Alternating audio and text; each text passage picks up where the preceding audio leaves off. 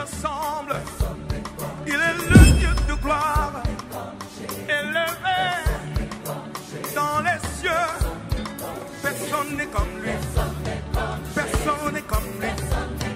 Personne n'est comme lui. Personne n'est comme lui. Personne n'est comme lui. Personne n'est comme lui. Personne n'est comme lui. Voici, il vient. Au son de la trompette, chevauchant les nuées, brillant comme le soleil. Élève la voix, comme c'est le jubilé. Radio Sion, dansez. Voici, il vient. Aucun nom n'est comme le sien. Acclame Jésus, le nom de Jésus. Alléluia. Gloire au Seigneur. Vous savez, avant de commencer cet enseignement, je vais vous dire que et depuis l'exploit et notre jeûne de 21 jours, nous sommes rentrés dans une saison très particulière. Alléluia.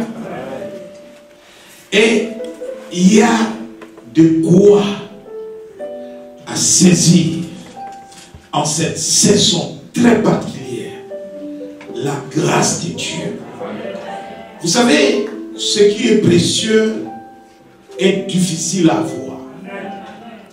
Mais on va vous dire que dans certaines régions où il y a du pétrole, des fois, la nappe pétrolière explose à la surface de l'eau, où vous pouvez voir et même récupérer comme ça, sans faire trop d'efforts. C'est-à-dire qu'en ce moment au jubilé, vous n'avez pas besoin de faire trop d'efforts. Amen. Mais la grâce est là. Amen. Alléluia.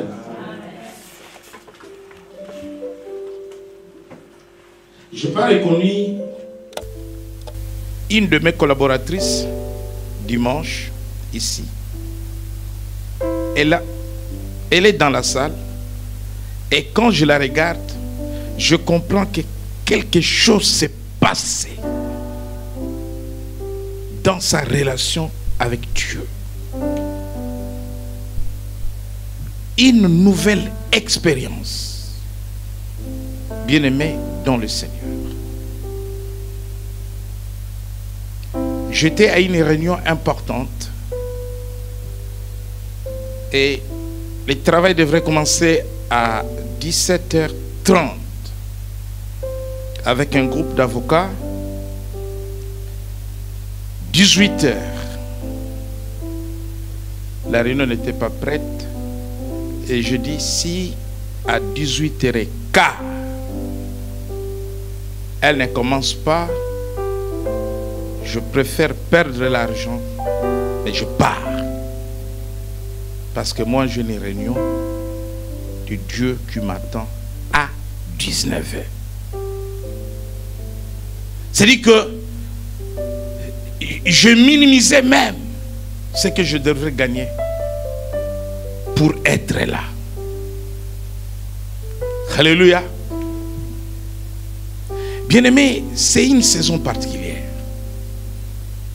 J'avais dit, vous savez, Dieu dit au sacrificateur que le feu demeure toujours allumé. C'est-à-dire, il y avait quelqu'un qui était là à chaque fois que le feu va s'éteindre. C'était la loi de Dieu. Le feu ne devrait pas s'éteindre. Quelqu'un devrait être là en permanence pour mettre du bois. Mais on ne va pas laisser une personne le lundi, le mardi, le mercredi, le jeudi, le samedi, le vendredi à être là. Parce que la personne doit aller manger, la personne doit dormir un peu. Mais c'est un système qui tourne. Je vous ai dit que je laisserai cette maison ouverte tous les jours. Je ne dis pas que c'est le culte de toute l'église tous les jours. Mais je vois les enfants de Dieu qui viennent ici lundi, mardi, jeudi, les jours où nous n'avons pas de culte. Et ici, on passe le temps dans la prière. Parce qu'il y a ce désir-là, cette soif-là de demeurer dans sa présence. Amen. J'étais en train de dire à un frère hier, je dis, je comprends cette situation parce que il y a des situations que tu vas comprendre quand tu es transformé. Parce que quand tu es transformé, tu n'es plus une personne normale. Tu n'es plus pareil comme ceux qui sont charnels. Quand tu es transformé, il y a des choses que tu comprendras. Il y a des choses que tu feras et d'autres que tu vas rejeter. Parce que tu n'es pas la même personne. Mais je voulais quand même attirer votre attention. Vous savez, quand l'ange secouait l'eau de la piscine, celui qui était à temps, au bon moment, au bon endroit, était guéri. J'ai toujours compris qu'Élisée n'était pas le seul serviteur au pied d'Élie.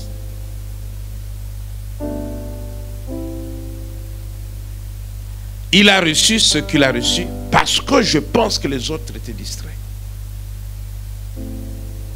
Sinon, ils allaient se retrouver à 3, à 4 à se disputer le manteau. C'est moi qui prends. Non, c'est moi. Et regardez, à chaque étape même, il est découragé.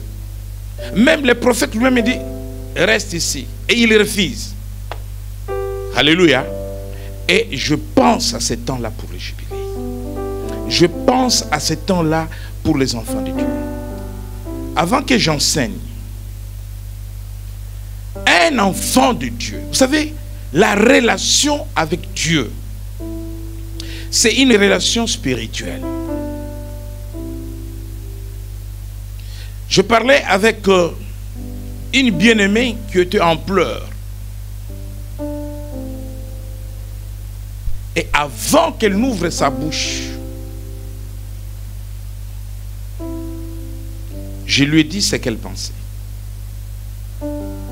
Je lui ai dit, pour toi, tu as fait le bilan de l'année 2017. Et pour toi, tout est négatif. Et rien n'est positif. Elle m'a dit, oui, c'est pour ça que je viens te voir. Moi, je dis, oui. Mais c'est faux. Je vais te prouver que c'est positif. Bien-aimé dans le Seigneur, le bilan de la vie d'un enfant de Dieu, ce n'est pas un bilan financier.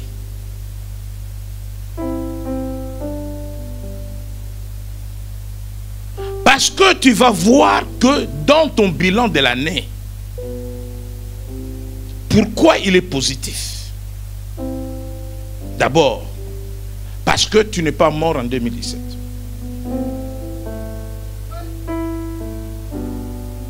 Le premier élément du bilan, c'est la vie. C'est la santé. N'avoir pas acheté une maison en 2017, c'est ça le bilan qu'un enfant de Dieu va faire. N'avoir pas vu la fiancée ou les fiancés venir en 2017, c'est ça le bilan.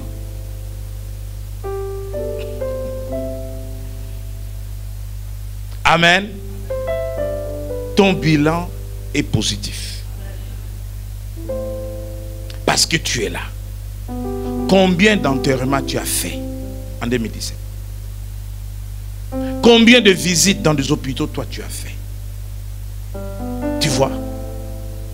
Mais Satan va te ramener dans les choses de ce monde. Regarde, tu as perdu l'emploi. Regarde, tu n'as pas obtenu ça. Regarde, tu n'as pas obtenu ça. Regarde, tu n'as pas obtenu ça. La Bible dit que Dieu fait toutes choses bonnes en son temps, pas au temps de l'homme. Amen. Prenons place. Que Dieu soit béni pour ses conseils. Nous parlons de promesses de Dieu. Bien-aimés dans le Seigneur, comment s'approprier des promesses de Dieu? Tu ne peux pas prier en dehors des promesses de Dieu.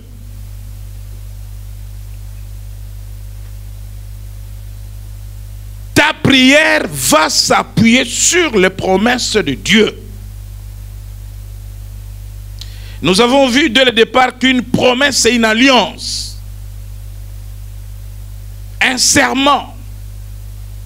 Une parole donnée. Et nous avons vu ensemble que la Bible de Genèse à Apocalypse est un recueil de promesses de Dieu. Un livre de promesses.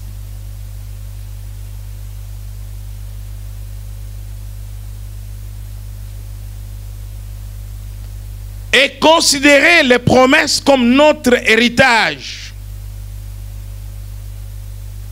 Et pourquoi nous pouvons rentrer en possession de ces promesses ou de notre héritage? Parce que celui qui nous a légué l'héritage, nous avons vu dans Galates, que quand vous êtes un héritier du vivant, de celui qui va vous léguer l'héritage, vous ne pouvez pas prendre possession de l'héritage. Vous attendrez que la personne meure et après vous pouvez faire prévaloir votre testament. Cette parole est notre testament. Parce que les promesses de Dieu sont contenues dans sa parole. Et puisque Christ est mort, celui qui tenait les testaments, celui qui nous a légué les testaments, et maintenant nous pouvons nous approprier, nous pouvons posséder les promesses de Dieu. Et donc ça, c'était notre introduction. Nous avions voulu dans un premier moment parler de la promesse, n'est-ce pas, de la puissance. La promesse de la puissance.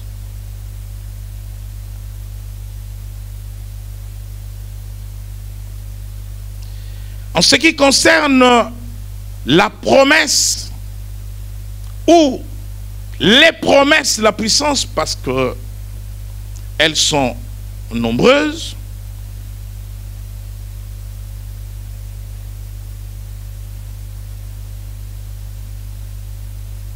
nous allons dans Luc au chapitre 10, verset 19.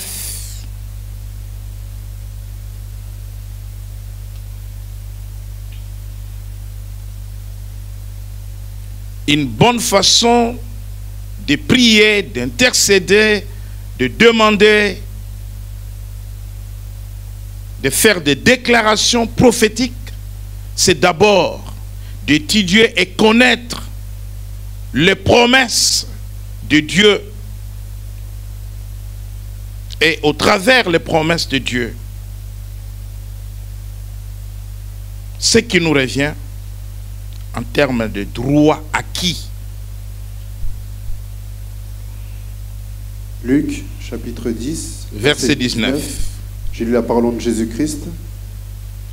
Voici, je vous ai donné le pouvoir de marcher sur les serpents et les scorpions et sur toute la puissance de l'ennemi, et rien ne pourra vous nuire. Il nous a donné, et c'est une promesse divine, le pouvoir sur toute la puissance de l'ennemi et rien ne pourra nous nuire. Ce pouvoir est d'abord en lui. Le pouvoir est en Christ.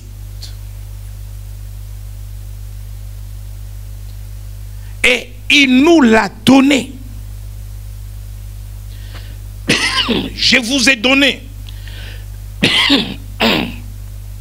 Il ne dit pas je vous donnerai, mais je vous ai donné. Paul dit que celui qui est en moi est plus fort que celui qui est dans le monde. Christ dit tout pouvoir m'a été donné par mon Père. Tout pouvoir lui a été donné par son Père.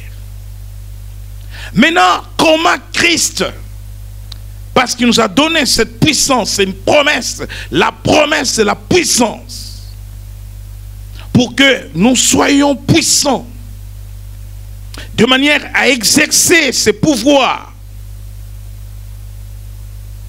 l'autorité qui est en nous. Vous savez, quand les centeniers romains est venu demander la prière de guérison, c'est une prière d'intercession, pour son serviteur, qu'est-ce qu'il a fait? Il a d'abord appliqué la loi de la reconnaissance.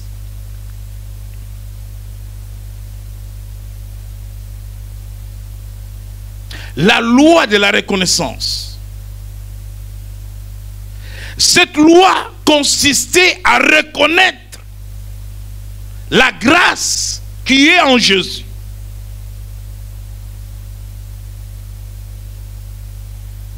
Tu ne recevras rien de moi si tu ne reconnais pas la grâce qui est en moi.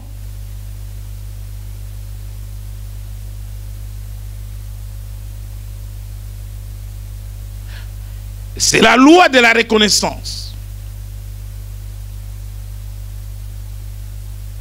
Donc cet homme n'était pas prophète. Cet homme n'était pas juif. Cet homme n'avait pas droit de recevoir. Vous savez, quand Jésus parle même à la femme syro-phénicienne, la femme cananéenne, il la traite de chienne. Elle est sa fille, parce qu'elle est non juive. Et les enfants dont elle parle, la nourriture, les enfants, le pain des enfants, il s'agit de juifs. Parce que la promesse, avant que nous soyons greffés, était pour eux.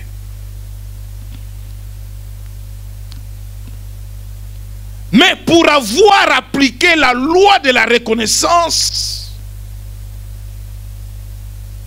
Jésus lui a rendu l'exaucement de sa demande ou de sa prière.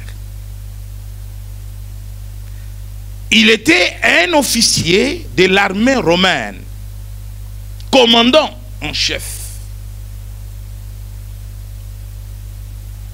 Qu'est-ce qu'il a reconnu en Jésus?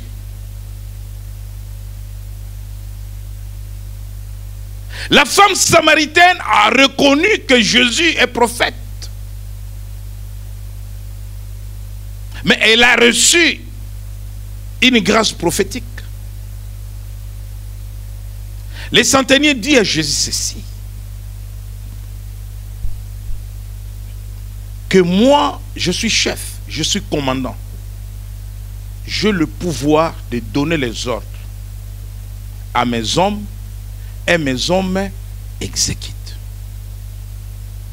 Et de même, toi, tu peux ordonner que mon serviteur guérisse. Vous savez que Jésus a dit même qu'il n'avait pas vu une telle foi en Israël. La loi de la reconnaissance. Donc, il a reconnu que Jésus a le pouvoir, a la puissance d'ordonner la guérison de son serviteur. Et donc, lorsque tu reconnais que Jésus a la puissance, plus loin, comment se manifeste cette puissance? Comment se manifeste cette puissance? Nous avons une promesse de la puissance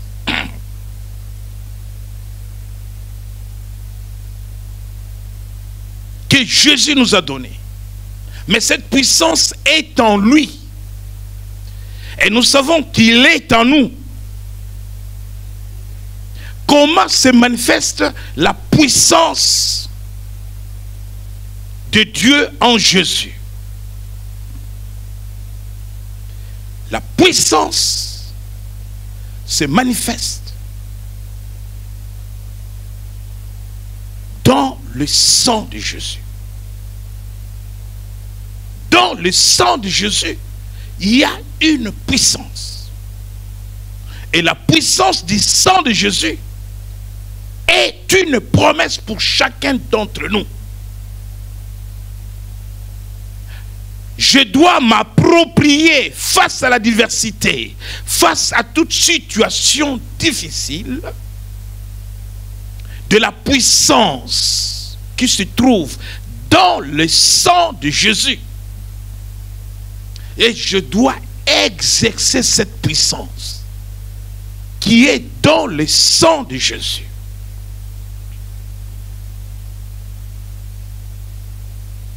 Nous verrons ce que cette puissance qui est dans le sang de Jésus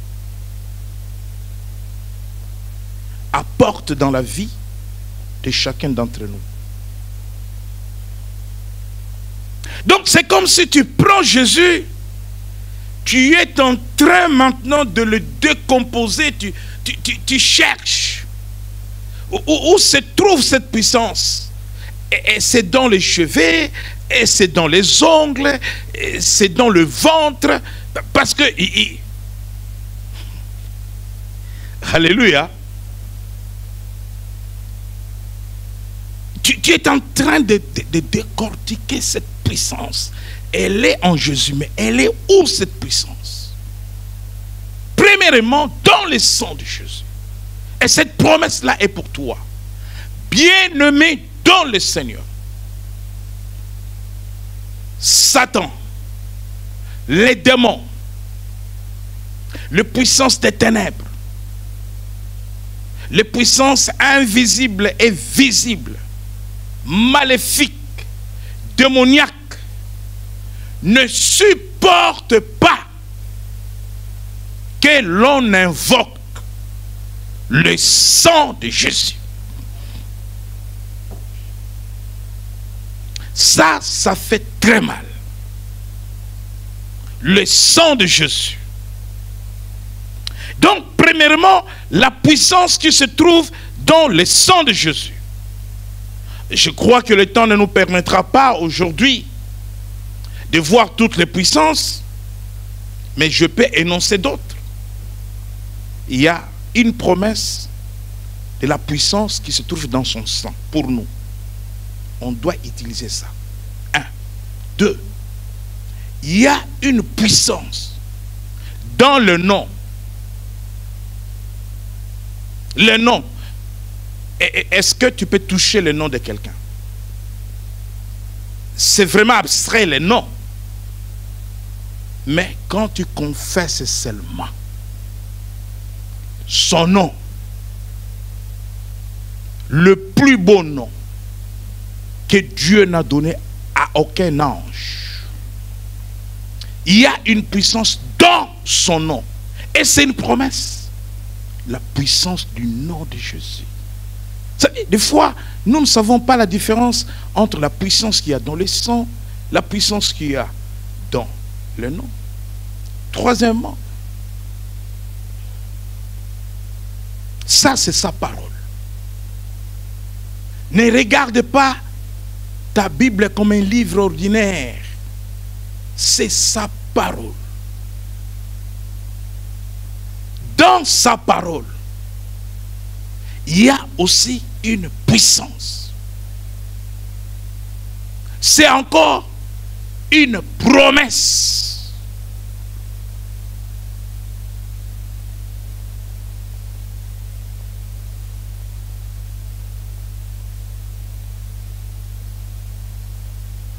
Et quand tu crois en lui,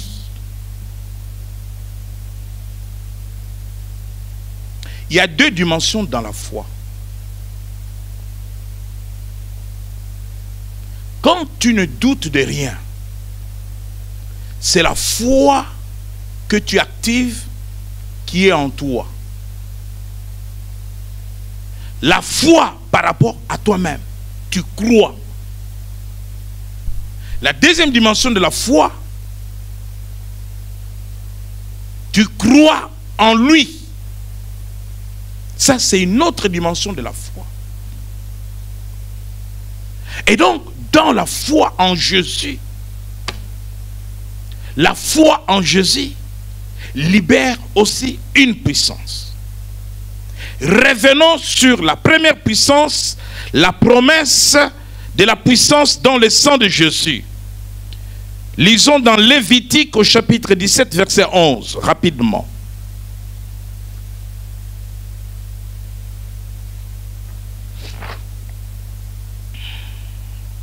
Lévitique, chapitre 17, verset 11, je lis la parole au nom de Jésus.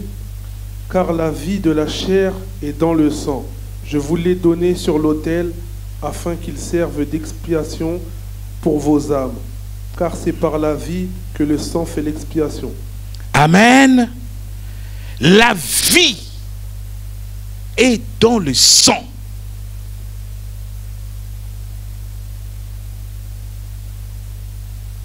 Dieu avait prophétiquement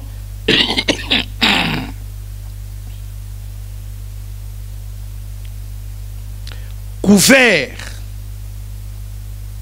Adam et Ève de vêtements fabriqués par lui-même de la peau d'un animal. Il a tué un animal. Et le sang de l'animal a annoncé le sang précieux qui viendrait donner la vie. Jésus est Dieu. Mais il a pris la forme humaine avec le sang. La Bible dit que son sang crie plus fort que le sang d'Abel. La vie est dans le sang. Voilà pourquoi il y a une puissance dans le sang de Jésus pour nous donner la vie. Et la vie que nous donne le sang de Jésus, ce n'est pas la vie humaine. Parce que tout le monde a reçu la vie humaine. Parce que tu es humain, tu as la vie humaine. L'animal a la vie animale. La plante a la vie végétale. Mais la vie que Jésus a donnée par son sang, ce n'est pas la vie humaine. C'est une vie qui est supérieure à notre vie humaine. La vie éternelle. Eh bien, de ces promesses de Dieu, celle de la puissance du sang de Jésus, découlent d'autres promesses. Savez-vous que le salut, c'est une promesse? Le salut, c'est une promesse. Amen. La rédemption, les rachats, c'est une promesse. Ce sont des promesses qui découlent du sang de la promesse du sang de Jésus. Suivez-moi très bien, parce que ça risque d'être très compliqué. Il y a d'abord la promesse et la puissance. Et nous avons dans la promesse et la puissance, la promesse du sang de Jésus. Ok? Il y a la promesse du nom de Jésus, il y a la promesse de la parole, il y a la promesse de la foi en Jésus. Mais aujourd'hui, je parle que de la promesse du sang de Jésus. Il ne faut pas mélanger. Ok? Maintenant, la promesse du sang de Jésus nous donne d'autres promesses. Entre autres, le salut, la rédemption, la justification,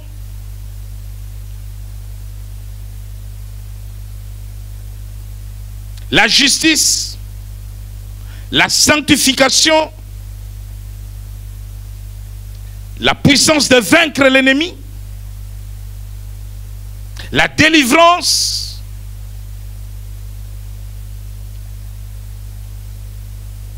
on peut s'arrêter là pour ce soir. Bon, maintenant, comprends bien que sans la promesse, la puissance du sang de Jésus, il n'y a pas de promesse du salut. Il n'y a pas de promesse de rédemption. Il n'y a pas de promesse de justification. Donc, on ne peut pas te dire que tu es juste. Tu restes un condamné. Lorsque la Bible dit dans Romains 8 qu'il n'y a plus de condamnation pour ceux qui sont en Jésus-Christ, c'est parce que nous avons une promesse de la justification. La Bible dit que ceux qu'il a appelés, il les a aussi justifiés. La justification, c'est une promesse. La Bible dit recherchez la sanctification. Il y a une sanctification que tu recherches parce que la sainteté est une des caractéristiques essentielles ou des attributs de Dieu. Et cette sanctification t'amène vers la sainteté. Que tu sois saint. Mais il y a une sanctification que tu reçois automatiquement. Alléluia. Donc automatiquement, tu es sanctifié. Et celle-là, c'est une promesse de Dieu.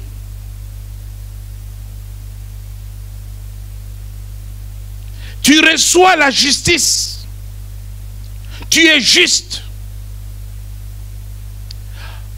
Devant quel tribunal toi tu es passé pour qu'on te dise, bon, tu avais volé, oublie ça. Tu avais tué, oublie ça. Tu avais escroqué, oublie ça. Tu avais, c'est fini maintenant, tu ne seras pas poursuivi. Donc, ces affaires-là ou cette affaire-là est classée. N'est-ce pas? Tu es passé devant quel tribunal? Bon, maintenant, pourquoi tu ne te reproches de rien? Alors que tu as fait vraiment des dégâts. Pourquoi tu te reproches de rien? Pourquoi tu n'es pas culpabilisé? Pourquoi tu te sens déchargé de tous les fardeaux? Pourquoi ton passé n'est pas dans ton esprit?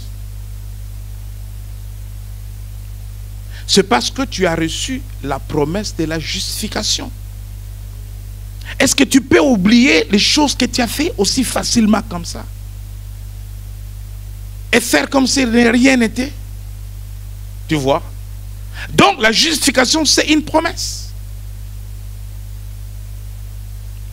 Que tu sois délivré, ce n'est pas parce que tu pries beaucoup. C'est une promesse de Dieu. La délivrance, c'est une promesse de Dieu. La prière conduit à l'accomplissement de cette promesse. Donc, commençons par le salut. Donc, ce sont des promesses que je viens d'énumérer qui sont issues de la promesse de la puissance du sang de Jésus. Alléluia. Sans le sang de Jésus, il n'y a pas de salut. Sans le sang de Jésus, tes péchés ne sont pas effacés. Sans le sang de Jésus, il n'y a pas de délivrance. Sans le sang de Jésus, il n'y a pas de sanctification. Et il faut s'en approprier. Lisons en ce qui concerne le salut comme promesse, issue de la promesse de la puissance du sang de Jésus. Lisons Jean 3, 19. Évangile de Jean, chapitre 3, verset 19. Jean, chapitre 3, verset 19. Je lis la parole au nom de Jésus-Christ. Et ce jugement, c'est que, la lumière étant venue dans le monde, les hommes ont préféré les ténèbres à la lumière, parce que leurs œuvres étaient mauvaises.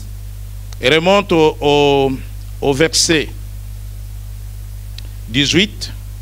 Verset 18. Celui qui croit en lui n'est point jugé, mais celui qui ne croit pas est déjà jugé, parce qu'il n'a pas cru au nom du Fils unique de Dieu. Et maintenant, Acte 4, 12.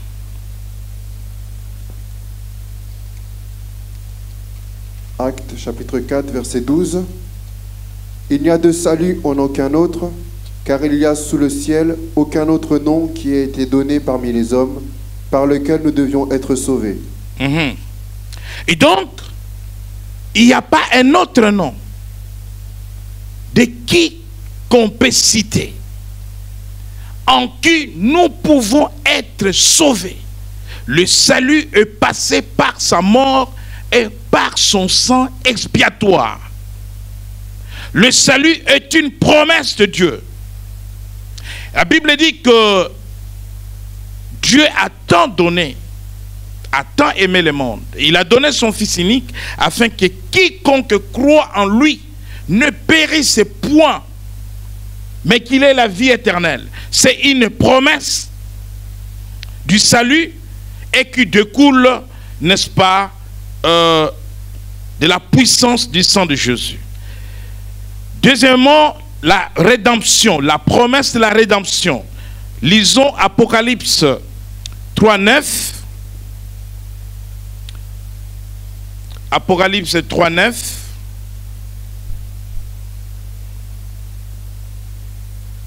Apocalypse chapitre 3, verset 9. Voici, je te donne quelques-uns de ceux de la synagogue de Satan, qui se disent juifs et ne le sont pas, mais qui mentent. Voici, je les ferai venir se prosterner à tes pieds et reconnaître que je t'ai aimé. Et nous lisons Ephésiens 1, 7.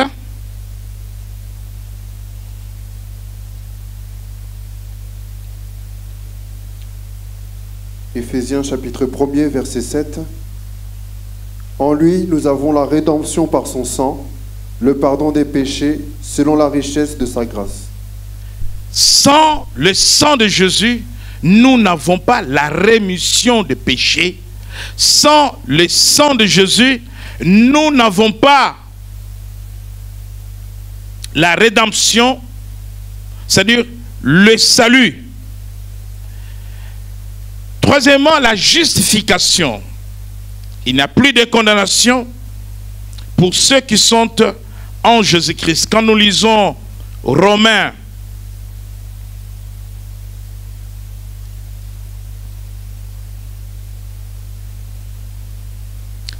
8, je vais lire rapidement. Romains 8, 30. Et ceux qu'il a prédestinés, il les a aussi appelés. Et ceux qu'il a appelés, il les a aussi justifiés. Et ceux qu'il a justifiés, il les a aussi glorifiés. Nous sommes justifiés par cette promesse de Dieu. Nous sommes justifiés. Vous ne pouvez rien faire pour que Dieu vous trouve vraiment juste. Il trouvera toujours des failles, des fautes graves dans ce que vous ferez. Les œuvres ne peuvent pas vous sauver comme ça. Et donc, c'est lui qui nous a justifiés. C'est une promesse de Dieu. Et nous pouvons parler aussi de la justice.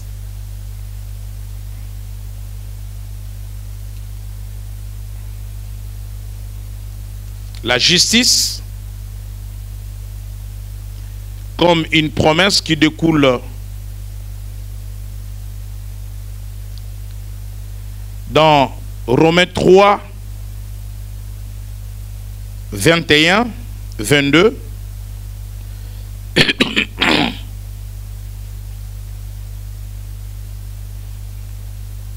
Romains chapitre 3, versets 21 à 22, je lis la parole au nom de Jésus. Mais maintenant, sans la loi, est manifestée la justice de Dieu, à laquelle rendent témoignage la loi et les prophètes. Justice de Dieu par la foi en Jésus-Christ pour tous ceux qui croient. Il n'y a point de distinction. Merci. Pour tous ceux qui croient sont justifiés. Et c'est une promesse qui découle. Vous comprendrez que quand vous serez, n'est-ce pas, dans des prières, des combats qui vous conduisent à arracher, à vous approprier des promesses de Dieu, vous allez vous retrouver devant des situations pour lesquelles vous êtes un condamné. Vous êtes condamné à cause de malédictions transgénérationnelles. Voyez-vous, la Bible ne se contredit pas. Dieu dit, je punis l'iniquité de père sur les fils jusqu'à la 4e génération.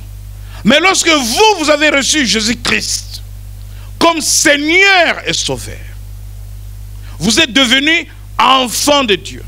Le même Dieu qui vous avait soumis à la malédiction familiale, il va vous sortir de cette malédiction. Vous, dans votre prière, vous allez parler de la justification, de la rédemption. C'est une promesse que tu m'as donnée. Je ne peux pas souffrir comme mon père. Je ne peux pas souffrir comme ma mère. Je ne peux pas souffrir comme mes cousins. Je ne peux pas être dans la pauvreté comme ceux de ma famille. Bien-aimés, si vous ne prenez pas ces choses comme des promesses de Dieu, vous allez prier n'importe comment, vaille que vaille.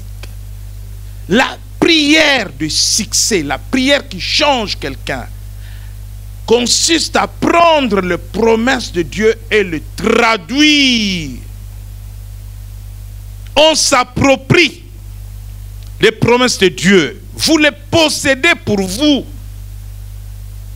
Pourquoi ma souffrance est-elle continuelle?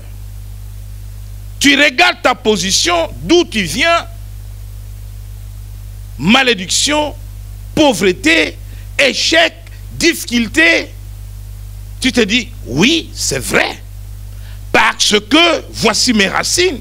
C'est tout à fait normal, d'une part. Mais d'autre part, je suis quand même un enfant de Dieu. Et qu'est-ce que Dieu dit pour celui qui devient son enfant? C'est là que tu vas commencer à comprendre. Arrêtez maintenant de dire, tu sais, dans ma famille, il n'y a pas de mariage. Mais ça ne te concerne pas. Alléluia. Parce que toi, tu as une promesse de mariage. Il y a une promesse, on va regarder dans Ésaïe, parce qu'en ce moment, je suis très sollicité dans des familles pour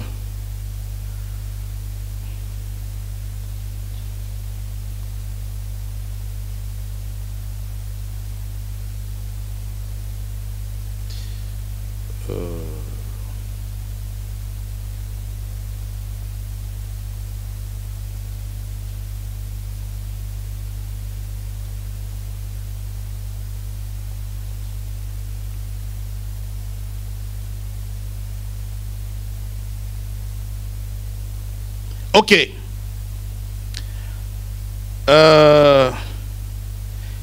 Ésaïe chapitre 54.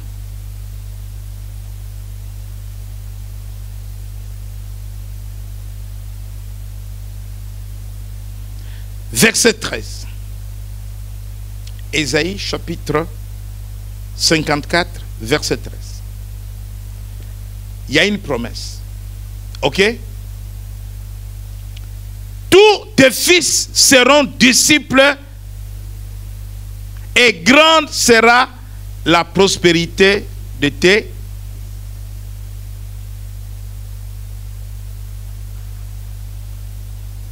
En ce moment, j'ai beaucoup de demandes, je dirais même à l'extérieur de l'église, mais qui touchent à la rébellion des enfants, des jeunes contre leurs parents.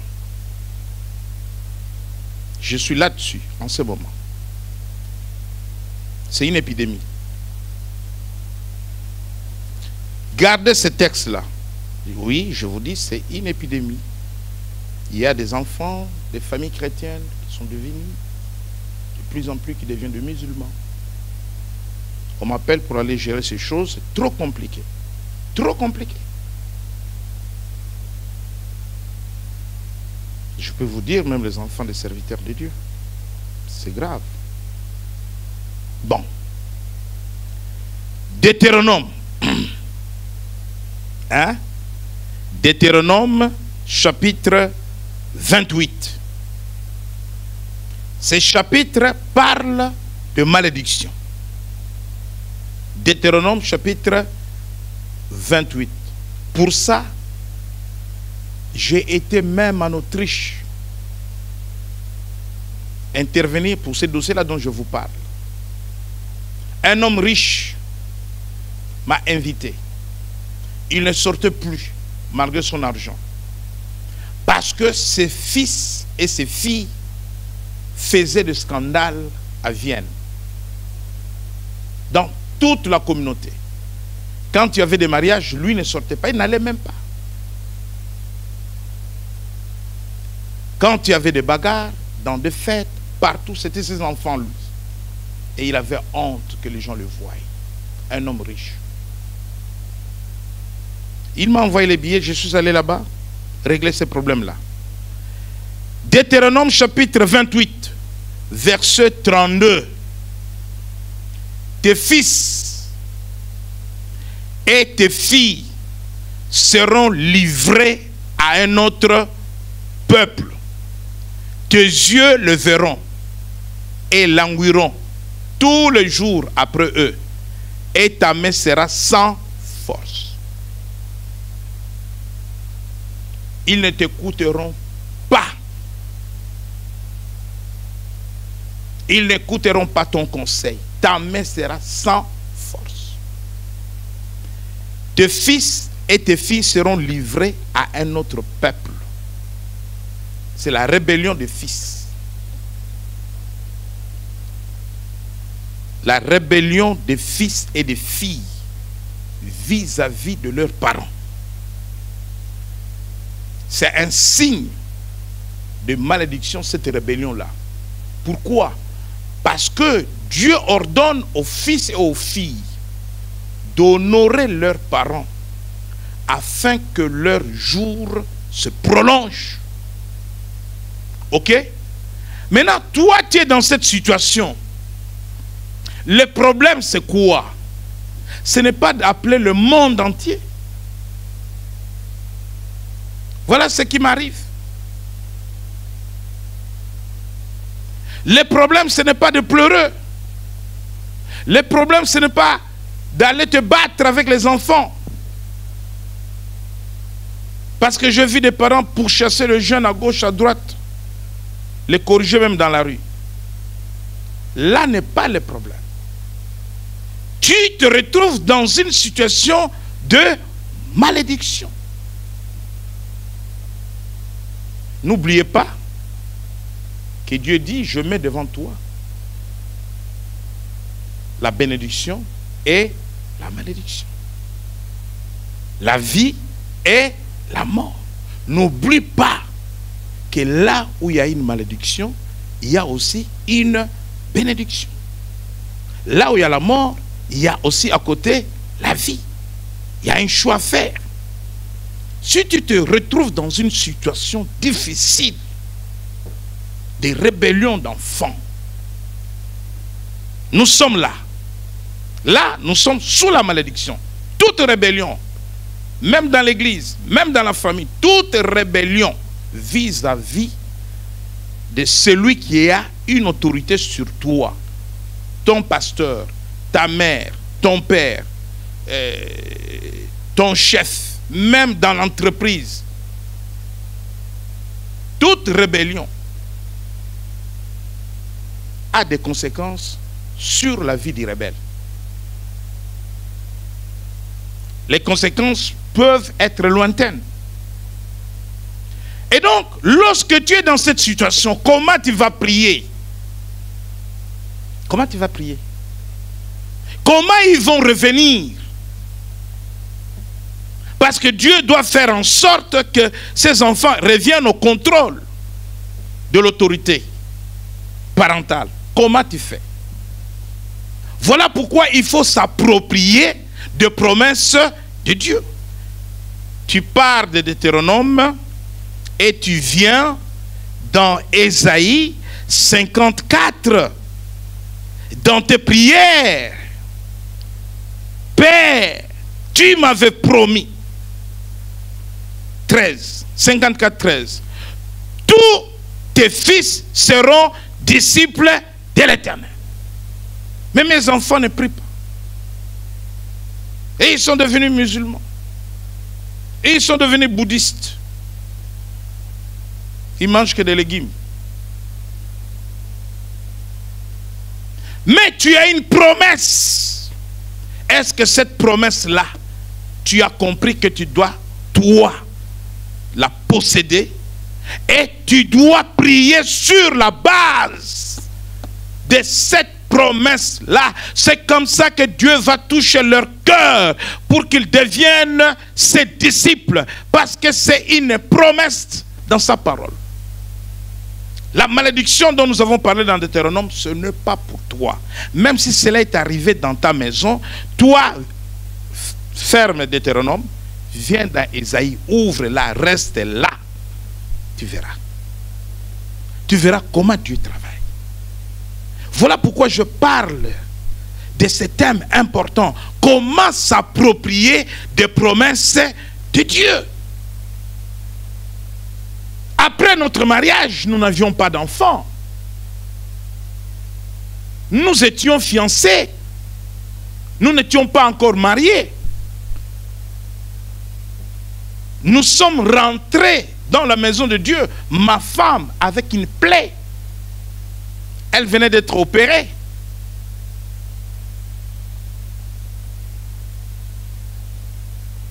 Et le médecin ne m'avait pas caché pour me dire, mais ta femme n'aura pas d'enfant.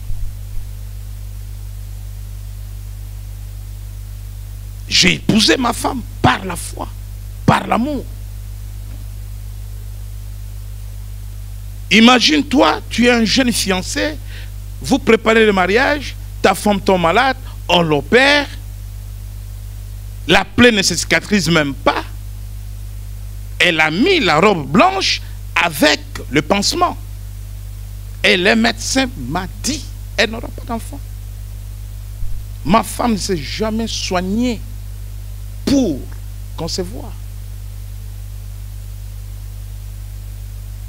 Il y a eu une première promesse. Elle est allée à une campagne avec Maman Joline, de l'évangéliste Mayash des États-Unis. Et l'homme de Dieu a parlé sur elle. Elle est tombée. La promesse de Dieu est tombée. Elle concevra. Mais quand Dieu m'a montré le premier enfant, je lui ai dit, on ne verra pas le médecin. Tous les soirs, avant de dormir, nous ouvrions 1 Samuel. Tous les soirs, avant de dormir, on ouvre le livre de 1 Samuel. On lit l'histoire de Anne. Ma femme, par moment, quand on se rendait chez des gens, il y a des femmes enceintes qui parlent de leur bébé et tout ça. Elle me disait, rentrons à la maison. Et en route, elle pleurait. Je devais la consoler, l'encourager et tout ça. Et vous savez, des fois, les gens s'en fichent. Tu es là, mais on parle. Tous les soirs avant de dormir, on lisait l'histoire de Anne. Comment Anne, je vous ai parlé de vœux. Je vous ai parlé de vœux.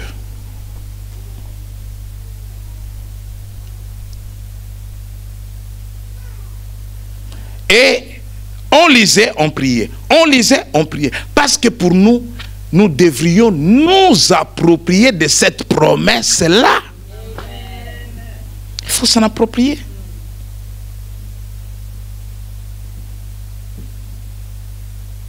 Et comme toujours, un jour, on commençait même à oublier. Il dit, hé, papa, prends un peu le calendrier là. Mais qu'est-ce qui se passe? Voilà comment Dieu fait. Il faut s'approprier de ses promesses. Ne priez pas en dehors de ses promesses. Quand tu prends un cas de guérison dans la Bible, vous savez, tu médites sur un cas. Les cas dans lesquels toi tu te retrouves. Tu as un problème de paralysie, tu médites dans l'évangile la guérison du paralytique. Problème de conception, tu médites Anne. Tu médites la mère de Jean-Baptiste, Élisabeth. Tu médites, tu restes là. Cette parole est en train de t'aiguiser. La parole que tu lis là est en train de t'aiguiser. Quand je donnais un témoignage dans un de mes messages, une femme qui est rentrée, une jeune fille, qui de manière précoce se retrouvait, c'est comme si elle était ménopausée. Et je faisais un séminaire en Hollande. Et je priais pour elle et tout a changé sur place dans l'église. Je témoignais de cela. Et une autre femme était dans la même situation que celle-là. Elle prenait ce message-là tous les jours. Quand elle arrivait à ce témoignage-là, ce point-là, elle restait là, elle revenait sur ça, elle revenait sur ça. Elle aussi, ça s'est déclenché, elle est venue jusqu'ici. Elle ne me connaissait pas, je ne la connaissais pas. Elle dit, tu as témoigné d'une expérience en Hollande et moi j'étais dans cette situation, je suivais ces messages, et voilà ce qui m'est arrivé aussi, moi aussi je t'ai guéri.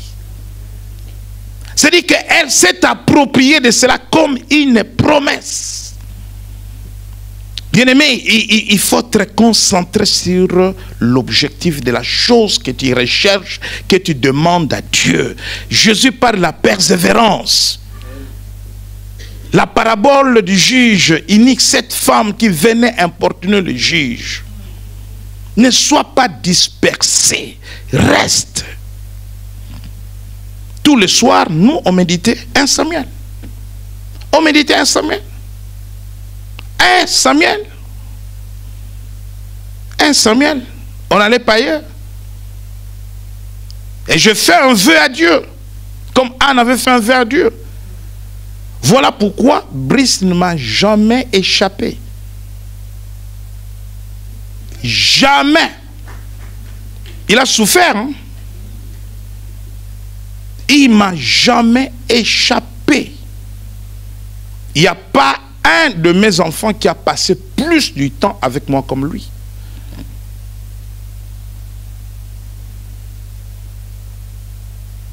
Ou il n'a pas été avec moi, ou il n'a pas dormi avec moi.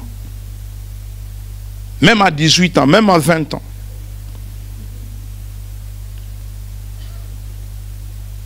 Mais il n'y a pas longtemps, il a dormi encore avec moi. On était en prière, en retraite. Amen. Parce que j'ai promis à Dieu. Je n'embête pas tout le monde.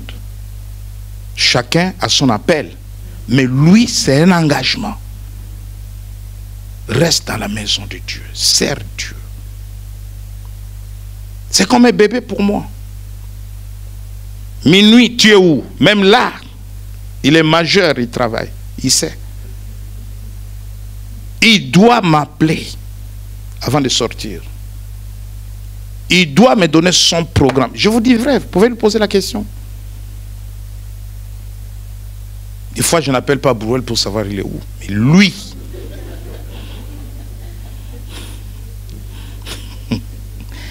Amen.